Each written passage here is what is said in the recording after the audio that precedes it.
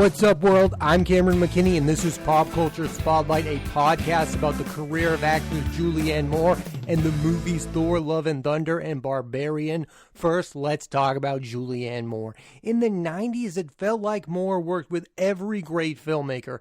Todd Haynes with 1995 Safe, Steven Spielberg with The Lost World, Jurassic Park, and Paul Thomas Anderson with Boogie Nights, both in 1997. The Coen brothers with 1998's The Big Lebowski, and again with Paul Thomas Anderson in 1998's Magnolia. Of those collaborations with those great filmmakers, the ones that get talked about the most are her work with Paul Thomas Anderson. For many, she is their absolute favorite part of the movie Boogie Nights.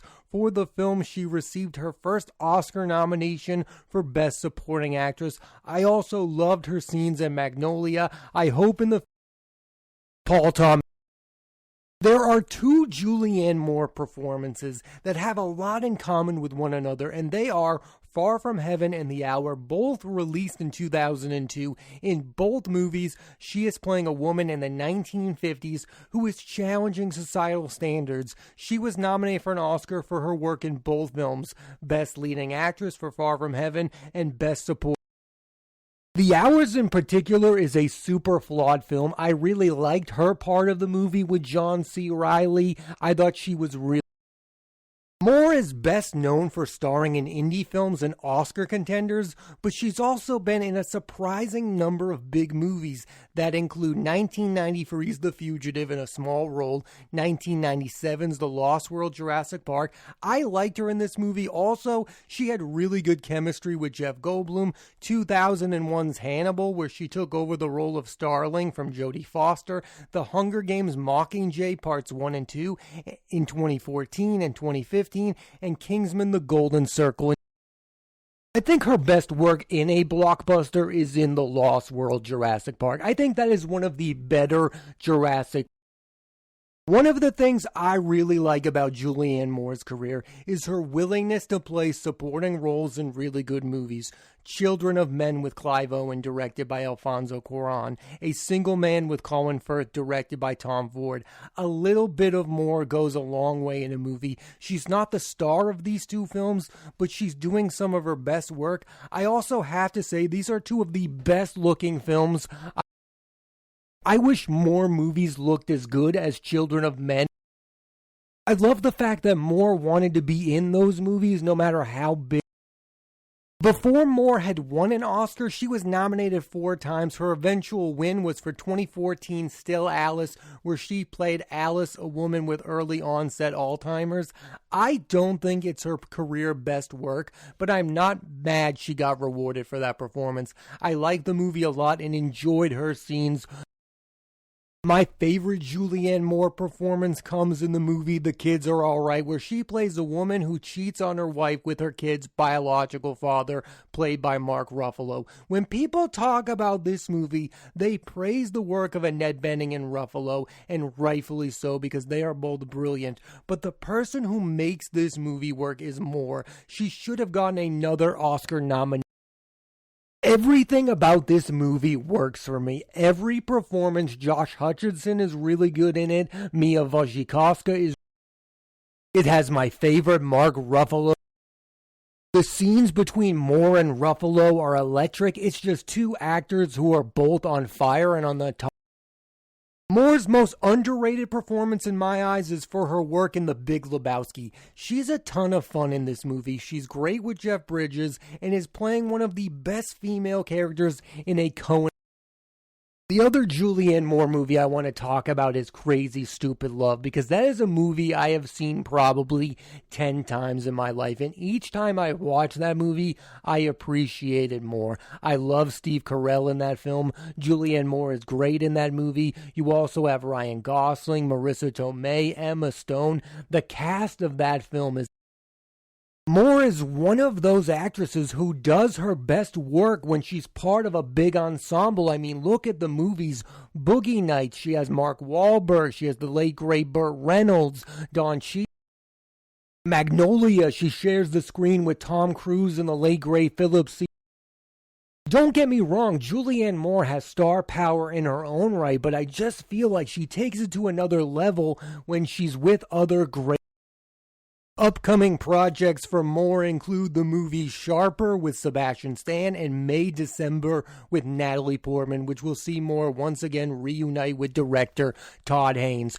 I, for one, am fired up to see Julianne Moore share the screen with Natalie Portman. That's another thing I really like about Julianne Moore's career is the amount of other great actresses she's gone to work with. She's been in movies with Meryl Streep, Nicole Kidman. Now she's adding Natalie Portman to the list. It's great to see actors work with other.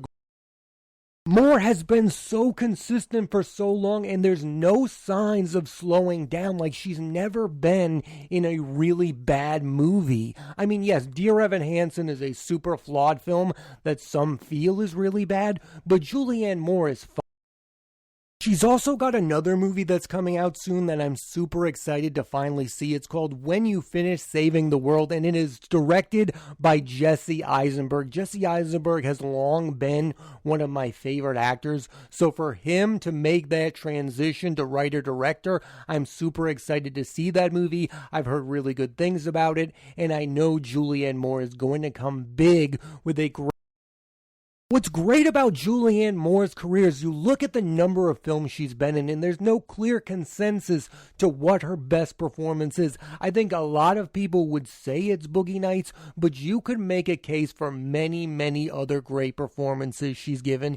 Here's a list of noteworthy performances given by Julianne Moore. The Lost World, Jurassic Park, Boogie Nights, The Big Lebowski, Magnolia, Far From Heaven, The Hours, Children of Men, A Single Man, The Kids Are Alright, Crazy Stupid, Maggie's Plan. And now let's switch gears and talk about the movie Thor Love and Thunder. Here's a quick synopsis. Thor reunites with Jane Foster, who now wields his old weapon Mjolnir, and the two go up against Gore the God Butcher. The film stars Chris Hemsworth, Natalie Portman, Christian Bale, Tessa Thompson, Taika Waititi.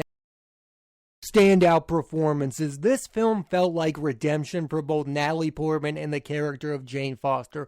Most fans of Portman's career would say her talent has largely been wasted in the blockbuster movies she's been a part of, the Star Wars prequels and the two previous Thor movies she was in. They gave her a real emotional arc in this one, and she was a major part of the fight scenes. This film gave the Oscar winner a role. I and many others have said one of the biggest problems Marvel has is a lack of compelling bad guys. This movie doesn't have that problem. Christian Bale, from the moment he's on screen, is unreal as Gore the God Butcher. Marvel might not have a list of iconic bad guys the way DC does, but one way to solve that issue is to hire A-list actors like Bale to play the big bad. I had never heard of Gore the God Butcher, but that didn't matter because of Bale, who is one of the few actors who can pull off being the hero and the villain with this movie and Batman.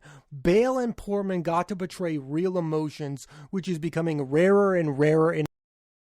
Bale's next films include Amsterdam, his third film with director David O. Russell, and The Pale Blue Eye, his third with Scott Cooper. And Portman is starring in the miniseries Lady in the Lake with co-star.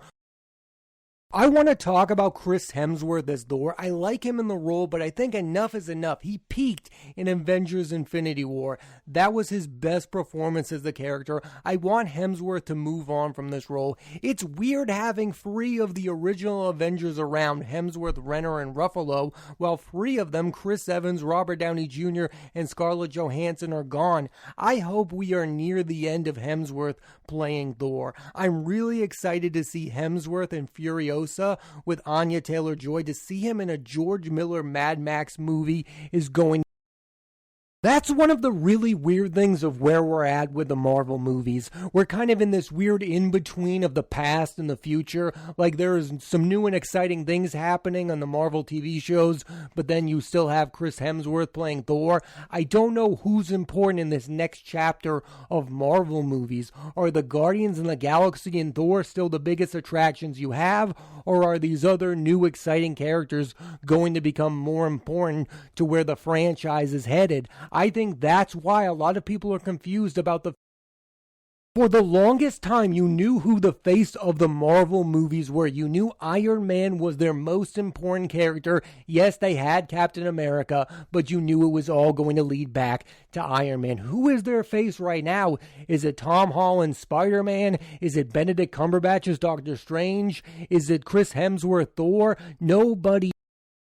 Since directing Thor Ragnarok in 2017, writer-director Taika Waititi has become an Oscar winner for the screenplay to Jojo Rabbit and has acted in some big movies, The Suicide Squad, Free Guy, and Buzz Lightyear. And in the Thor films, he voices the sidekick character Korg, who is only on screen to be funny. One major complaint about Thor Love and Thunder is how much Korg is in this movie, and in general, that's a fair critique of Waititi. He doesn't know when enough is enough. I'm a big fan. He's one of the few directors who has brought his own original style to superhero movies. It's like when you watch the early Batman movies and they feel like Tim Burton movies. The last two Thor movies feel like Waititi's vision for both good and bad. He's one of the only Marvel directors who has brought originality to these blockbusters.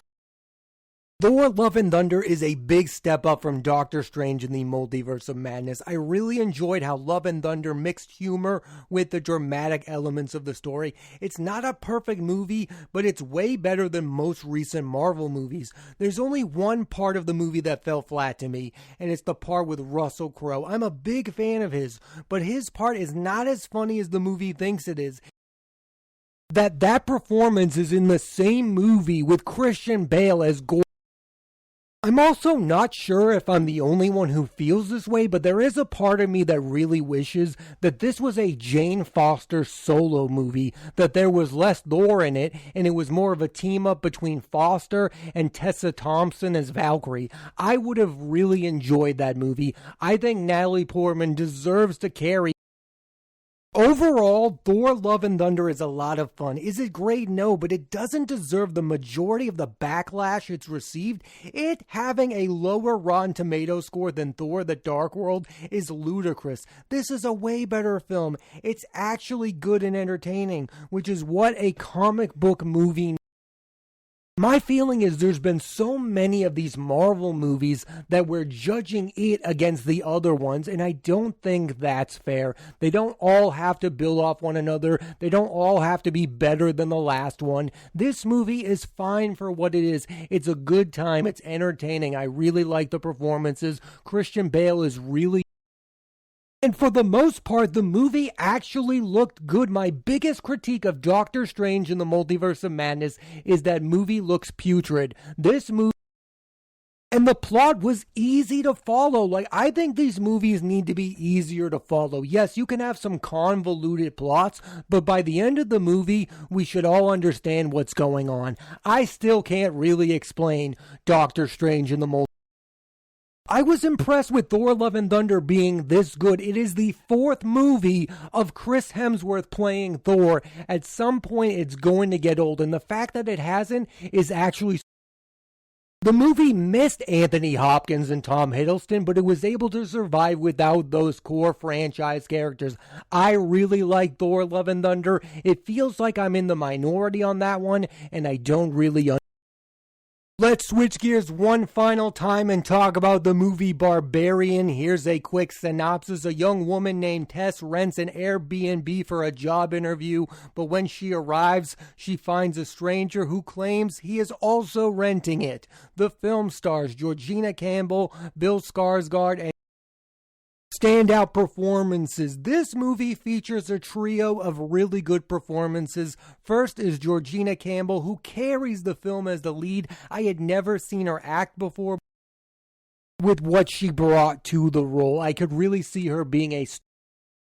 What I found to be the smartest aspect of this movie is how they used her male co-stars. The first is Bill Skarsgård, who has become synonymous with horror films after appearing in the It movies. When you see him in a horror movie, you expect something, and the movie knows that. The same can be said for Justin Long. I grew up watching Long in comedies like Dodgeball and Accepted, and have come to expect him playing a certain type of character, but he's playing something totally different in this movie. movie, Long delivers one of the best performances of his career. If it doesn't work, the movie will.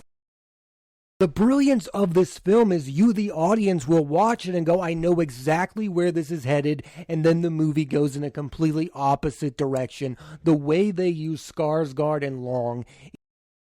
It's also great to see Long in a prominent movie that's doing very well. Like, people forget that these people were big for a moment in time. Justin Long was big in the mid-2000s. He was in every big comedy. The movie Dodgeball is massive. I see him all the time. So it still feels like his career is still super big, even though it hasn't been for a while. And then he shows up in a movie like Barbarian, and you're blown away by him. I love those type of moments. And clearly everyone else does. You're seeing guys like Brendan Fraser who's having a moment. It's cool when someone who was really big goes away and then bounces back in a big way. And this is a big bounce back for Justin Long, and I hope this gets him cast in some bigger and bigger movies. As for Bill Skarsgård, he has a role in the 4th John Wick movie with Keanu Reeves. I don't want to discuss any of the plot details of Barbarian. All I will say is the movie touches on a hot-button social issue in a way that really resonates with me, especially during the film's final scenes, which I won't spoil. Some have been critical of the logic of the main character Trish, and I would agree some of her decision making is questionable at best. This is a horror film. You have to take a leap with the logic to get to the desired destination, and this film gets there and nails the landing of the movie. As a whole, it is a super effective, chilling movie. It also feels like a wholly original horror flick, which is getting rarer and rarer to see because all of these horror movies kind of feel the same. This movie feels very different than any other horror film that's out there right now. I would also like to say in general, it has been a fantastic year for horror movies. You have Scott Derrickson's The Black Phone, Ty West with X, and now you have Barbarian from Zach Cregger. All these movies have really good plots and they have fantastic performances. I mean, horror is really just elevating itself to another level. Like every time you feel like horror has reached its pinnacle, something like this comes out and you're like, wow, horror can go even further than it's ever gone before. Overall, with Barbarian, writer-director Zach Cregger once again proves that horror is one of the best genres of film to touch on social issues. Barbarian is one of the best horror films of the year. I didn't love it like a lot of people, but I liked it a lot and respected what it was going for. Personally, I put it behind The Black Phone and X as my favorite horror movie of the year. I think it's the 3rd best horror movie of 2022, which is in really good company. This movie also opened as the #1 movie at the box office. Another horror movie is a hit, and I've come to the conclusion that I think horror movies work well at the theaters because you go through an experience and then you recommend it to so many people because you need them to see what you just saw. Barbarian is one of those movies that once you see it, you need other people to see it and have that experience with you. That's why horror movies are thriving at the box office right now and are going to continue to thrive. They feel like an event, and events get you to go to the movies. When you watch Barbarian, it feels like an event. It's the type of movie that it's cool to see in a movie theater. It's not that type of movie you want to watch at home. Like if this was a Netflix movie, I don't think it would be as successful. Horrors were made to be seen with a group of people, and thankfully people are seeing movies like Barbarian in heavy doses. I love the fact that it's a movie that introduces you to a future star in Georgina Campbell and then reunites you with a former star in Justin Long. I really hope big things come to Justin Long after this film. Like I said earlier in the podcast, Justin Long became big after starring in comedies like Dodgeball. Those movies are no longer thriving at the box office. Now he's making the shift and starring in a horror film, and he really pulls it off. Barbarian is far and away his best film in over a decade. Barbarian features Justin Long like you've never seen him before. Thanks for listening to this edition of Pop Culture Spotlight. I'm Cameron McKinney, and there'll be a new episode of the podcast every Thursday on Apple Podcasts and Spotify, and I highly recommend you go back and watch the work of actress Juliane Moore and check out the movies Thor, Love and Thunder, and Barbarian. Next week on the podcast, I'm talking about the teen comedy film Do Revenge and the mystery film Vengeance, written and directed by BJ Novak. So tune into that, and please rate, review, and subscribe.